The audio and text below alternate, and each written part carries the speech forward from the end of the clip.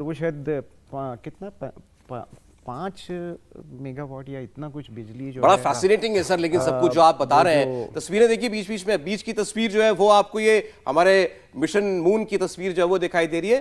By तरफ जो आपको दिखाई दे रही है वो पेरिस की तस्वीर है। आपको कंफ्यूज मत होइएगा, इस वक्त दो बड़ी घटनाएं चल रही हैं। एक तरफ पेरिस में बैस्टिल डे परेड के अंदर हमारे राफेल जहाज इस वक्त बने फ्रांस में लेकिन है हमारे, वो उड़ान भर रहे हैं। और दूसरी तस्वीर आप देख रहे हैं जब चांद की ओर जाने के लिए हमारा रॉकेट बिल्कुल तैयार है। और तीसरे में हम लोग आपसे चर्चा करते हुए आपको दिखाई देने जा रहे हैं। अब आप सोच रहे होंगे कि ये जो प्रज्ञान रोवर है, छोटी सी गाड़ी है, ये चांद पर उतर जाएगी, उतर करके करेगी क्या, इसका काम क्या है सर?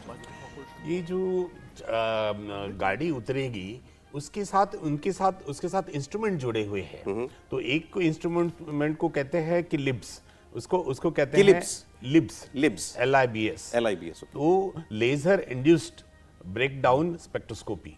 तो एक स्पेक्ट्रोस्कोप है कि यहाँ से लेजर छोड़ा जाएगा और जमीन के सतह पर तो कुछ जो उसमें ऊर्जा उत्पन्न हो करके कुछ उसमें से स्पार्क या इस तरह का फ्लैश आएगा। और उस फ्लैश को ये बहुत ही कम सेकंड के, नैनो सेकंड के लिए वो जो पल्स है उसकी छोड़ी जाएगी लेजर की, और उससे जो प्रकाश उत्पन्न होगा उसका एनालिसिस किया जाएगा।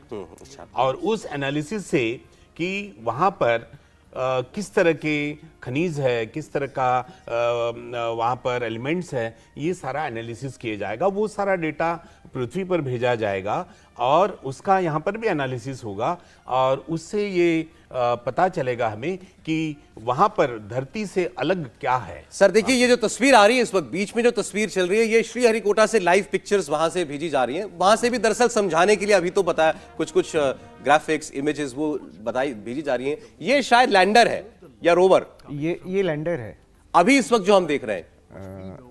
ये तो लैंडर ये लैंडर है। हाँ। विक्रम इसका नाम है। और ये है प्रज्ञान। ये प्रज्ञान है। ये है वो रोवर, छोटी सी गाड़ी जो कि आपको नीचे दिखाई देगी। इसमें जैसे रैंप खुलेगा, लैंडर जब उधर पहुंचेगा तो ये पूरा एक रैंप खुलेगा जिसमें से ये गाड़ी बाहर आएगी, रोवर बाहर आएगा। और उसमें फिल्मों में दिखाते हैं बिल्कुल यूएफओ से जैसे एक रैंप नीचे खुलता है और उसके अंदर से लोग निकलते हैं।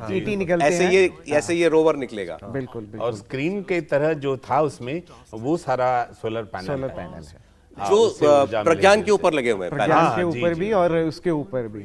आप देखोगे ना साइड में, आप दिख जाएगा सर। ये रहा रॉकेट हमारा। बिल्कुल, ये श्रीहरिकोटा की लाइव तस्वीर आपके सामने। गर्व कीजिए आप इस लम्हे पर।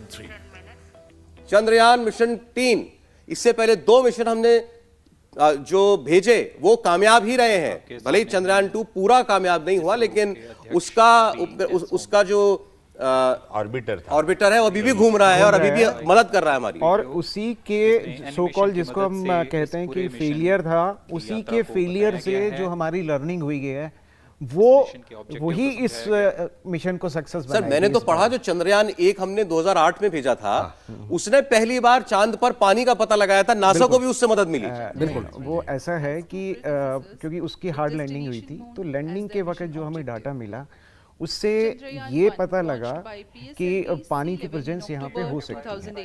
अभी जो हमारा प्रोबर है, जो हमारा प्रज्ञान है, ये एक्चुअली सरफेस पे उतर रहा है, तो वो कंक्लूसिव प्रूफ हो जाएगा। अभी हमारे पास डाटा के थ्रू वो प्रूफ था, ये हमें डायरेक्ट प्रूफ देगा। क्या ये तस्वीरें खींच के भी भेजेगा?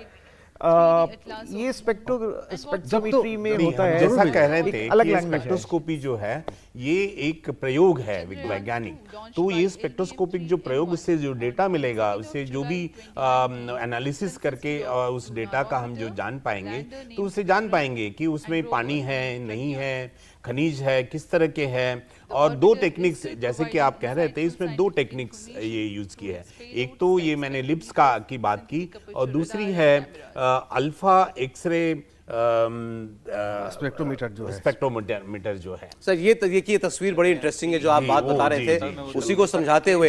देखिए पहले एक नीचे दिखाई दे रही है पृथ्वी, आपको ऊपर दिखाई दे रहा है चंद्रमा। दोनों के ऊपर आप देख रहे हैं ओवल शेप के ये बने हुए हैं सर्कल्स, ओवल ये ऑर्बिट्स में कक्षाएं हैं। आप देखें कि 5 चक्कर ये पृथ्वी के लगाएगा ये, और हर बारी थोड़ी बड़ी कक्षा में जा रहा है और जब 5वीं कक्षा में चले जाएगा तो वहां से उसको बूस्ट मिलेगा, फिर वो चंद्रमा की कक्षा में आ जाएगा ऑलमोस्ट ऊपर वाली, फिर उल्टा चक्कर होगा, बड़े से छोटे में आएगा, और जो उसका लास्ट जो चक्कर होगा वो एपिलेप्टिकल नहीं होगा, मतलब अंडाकार नहीं होगा, वो गोल होगा, जो 100 किलोमीटर की रेंज चांद में के जब आए- इर्द-गिर्द। चांद के, और वहां से फिर जो है हमारा लैंडर जो है। मैं आपको सच बताऊं, लोग इस वक्त वो मूवी आई थी मिशन मंगल, उससे रिलेट कर रहे होंगे इसको। मिशेल कुछ मंगल वैसा ही है क्या ये? हाँ, नहीं, जैसे सर ने बताया कि मिशेल मंगल पे जो मैन्यूवरेबिलिटी थी वो काफ़ी इजी थी, क्योंकि वहाँ पे हमारे को एटमॉस्फेयर था, हमारा कम्युनिकेशन जो था वो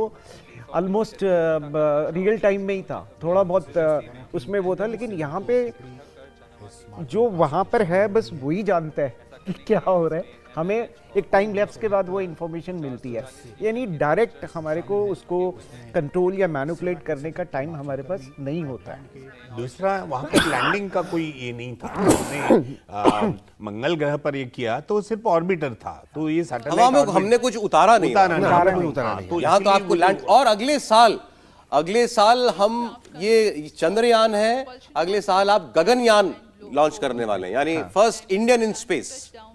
इंडियन स्पेस है, लेकिन उसमें वो लैंडिंग वाली बात नहीं है, अभी हमारा वो स्टेप काफ़ी बाद में आएगा, लेकिन ये भी एक अचीवमेंट है, क्योंकि सडनली आप देखो कि जब से हमारा पहला यान गया था चंद्रयान, उसके बाद से पूरी दुनिया में और लगा कि पानी वहाँ पर है, तो एक इंटरेस्ट जो है दोबारा से सारी कंट्रीज का रिवाइव हो गया, क्योंकि अमेरिका रशिया ने छोड़ दिया था, अरे चंद्रमा पे तो पत्थर ही पत्थर हैं, क्या फ़ायदा उसको एक्सप्लोर करने का, लेकिन पानी मिलने से हीलियम का जो थोड़ी प्रेजेंस वहाँ पे पता लगा है, और जो हमारा साउथ पोल है वहाँ पे अगर आपका मैन स्टेशन शुरू हो जाता है तो बाकी जगह जो इंटर प्लेनेटरी जो जर्नी है, चाहे मार्स की हो या वेनस की हो, वो बड़ी आसान हो लाइट नोट पर एक बात कह रहा हूँ सर, अब तो आप गौर कीजिएगा, लोगों ने चांद पर और मार्स पर प्लॉट काट काट के बेचने शुरू कर दिए हैं। वो एक न्यूज़ इस उम्मीद में कि एक दिन ऐसा होगा, हो सकता है, लेकिन वो